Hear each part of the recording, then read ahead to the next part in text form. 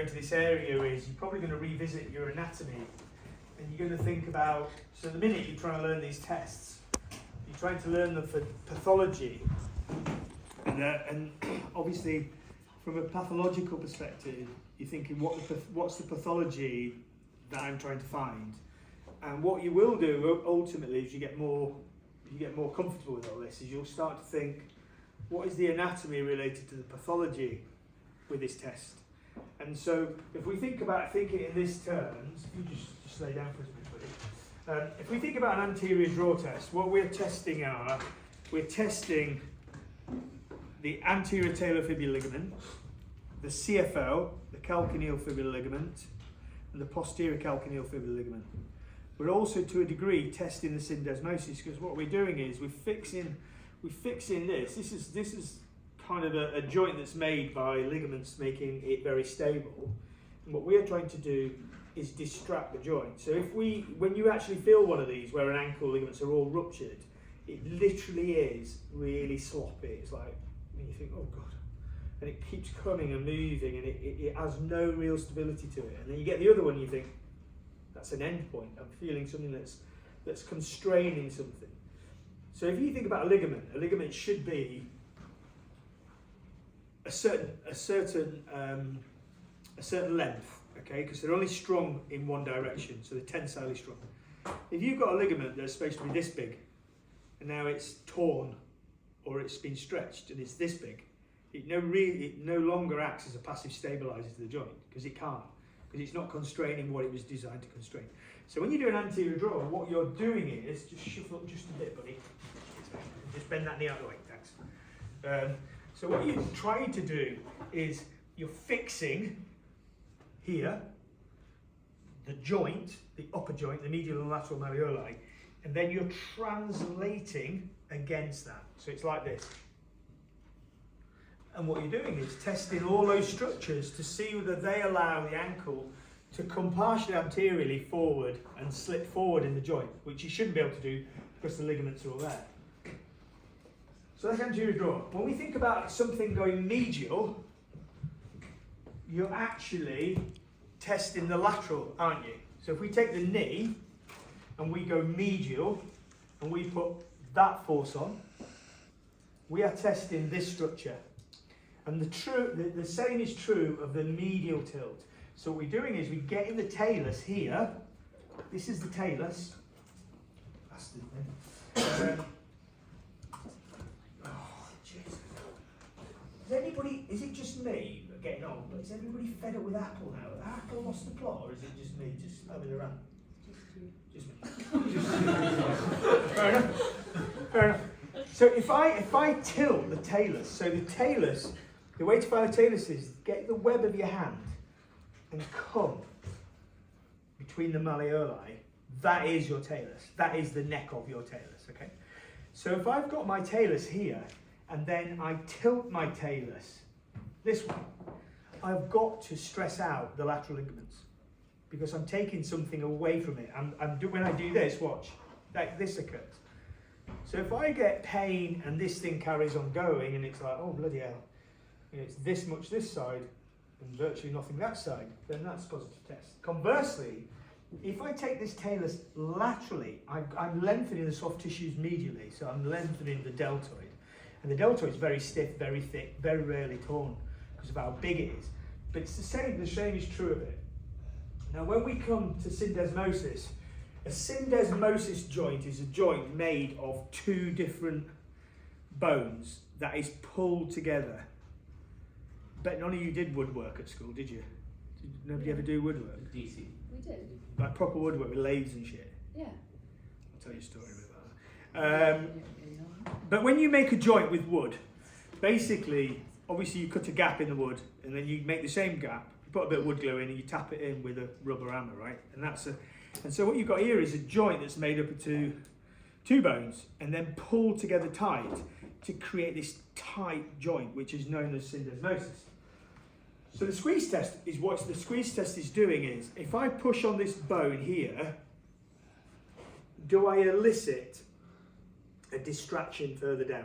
So if this is unstable and I push here, do I create pain and instability here? And so when you're doing this, in essence, what you're wanting to do is come in and push. And what you're looking to do is gap this here and create pain distally. Because what you're doing is you're pushing on something that's unstable at one end, therefore it should elicit pain. Yeah? Not necessarily movement because you're too high up to get the movement. So for example, if you've got a positive anterior draw test, a positive medial talar tilt test, and your squeeze test was positive, you could say, well, the ankle's unstable. There's a possible an ATFL injury and a possible high ankle sprain. Yeah, because the ligament is higher up. Morton's neuroma is a nerve that creates a neuroma which is like a raisin. It's thickened, it's scarred, and it can catch between the heads of the metatarsals. So what you do is you come around the heads of the metatarsals and you oppose them. And sometimes you get a click, sometimes you don't, sometimes you get pain. But you get pain, and historically it's between the third and the fourth metatarsal that these neuromas are created. So by squeezing them, you're just compressing two bones against something, a nerve that's tender, and often what you get is pain. But you also get a click sometimes, and sometimes you might get referral between the toes of some numbness. So Thompson test. When you see the video, is everybody just lying down or is everybody kneeling up? I think there's one where they're kneeling, but we did it lying down.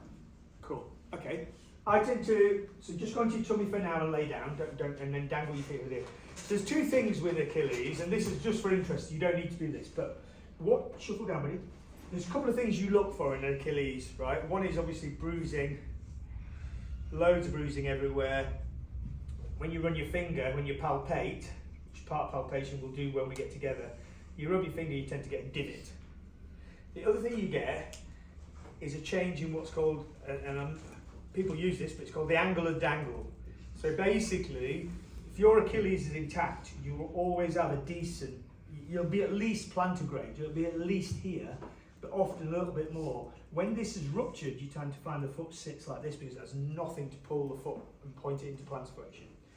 So you can squeeze it here, or come up on your knees for example. I tend to do it in this position because you take a bit of the gastrocs out as well, and I tend to do it there. Doesn't matter which one you do, I just historically have always done that. Brilliant, knee to wall. Now knee to wall, is there a tape measure there? Did I say one earlier?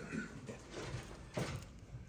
So this is again the kind of difference between getting 3 marks and getting 1 or 2 marks. In the fact that, come over in it. So just put, so with this, what you can't do is you can't, there's a position you need to be in. So if I'm here, or I'm here, the dorsiflexion is not the same. I must be really square, and then obviously what I'm looking to do is to touch that knee to the floor with clear instructions. My foot needs to be flat. If my knee comes in, or if my heel lifts, then I'm not testing what I set out to test. So then you get 1 mark or 2 marks, but you wouldn't get 3.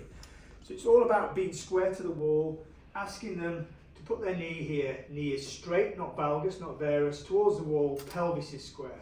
Okay, so if you're doing that, you're not really measuring what you set out. So you're square, knee to wall, just put your knee towards the wall, mate. That's it, good, go forward. Good, square that pelvis off. Okay, and then what I do is, come back out of that, just keep your foot, yeah, just come back and incrementally bring them back. Go again. Keep that foot square. Okay, is your heel down? Okay, come back, tiny bit, snip. Yeah. So with your model, just knee to wall. Yeah. Can you see that now? Can you see how that his ankle is dropped in, and I want his ankle square. So when I'm doing it, I have to say, I have to have some rigour to what I'm testing, otherwise I'm not testing what I think I'm testing. So pelvis square, knee square, foot square, and then you're looking for him compensating. If his foot starts to really roll in, or he sticks his bum out, or he rotates, then that's the limit of his range of motion. And that's how you get 3 marks for that. In the same way, lay back down again, Albert.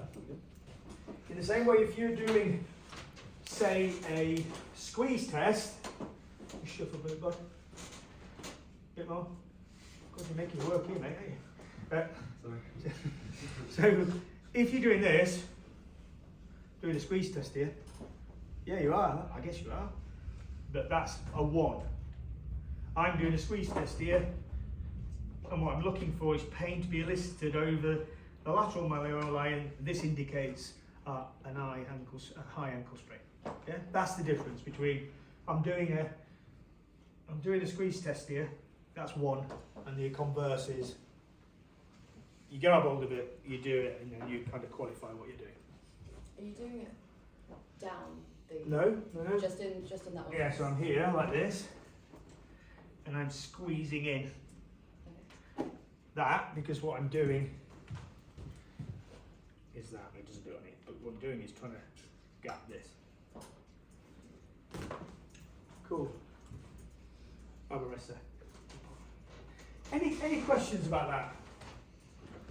What we'll do in those 3 days is we